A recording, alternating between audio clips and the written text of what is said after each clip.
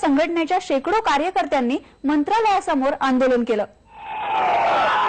हातात त्रिशूळ आणि भगवे झेंडे घेऊन लिंगायत समाज आरक्षणासाठी रस्त्यावर उतरला। लिंगायत, वाणी आणि इतर पोट जातींचा ओबीसी मध्ये समावेश करावा अशी त्यांची मागणी आहे। त्यासाठी लिंगायतांनी मंत्रालयाच्या दारावर मंत्रालयाच्या प्रतिकृतीला हार आणि फुलं वाहून सरकारचा निषेध केला। मराठांसारख्या प्रस्थापितांनी आरक्षणाची मागणी केल्यावर आरक्षणाच्या मागणीचं पेव राज्यात फुटलंय।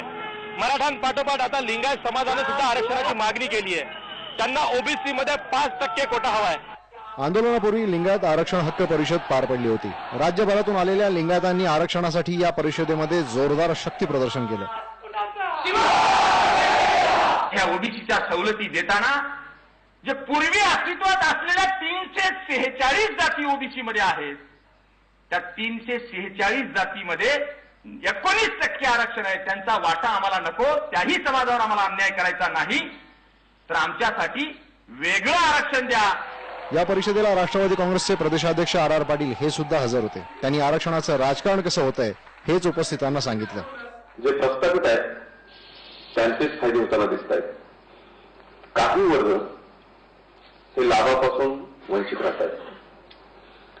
अलीकडच्या काळामध्ये आणखी एक गोष्ट चुकीची व्हायला लागली की राजकारणाला नको तितकं महत्व प्राप्त झालं। आरक्षण मिळवण्यासाठी प्रत्येक जात आपण किती मागास आहोत हेच दाखवण्याचा प्रयत्न करत आहे। आपण आता वळूयात पुढच्या बातमीकडे। मराठा समाजापाठोपाठ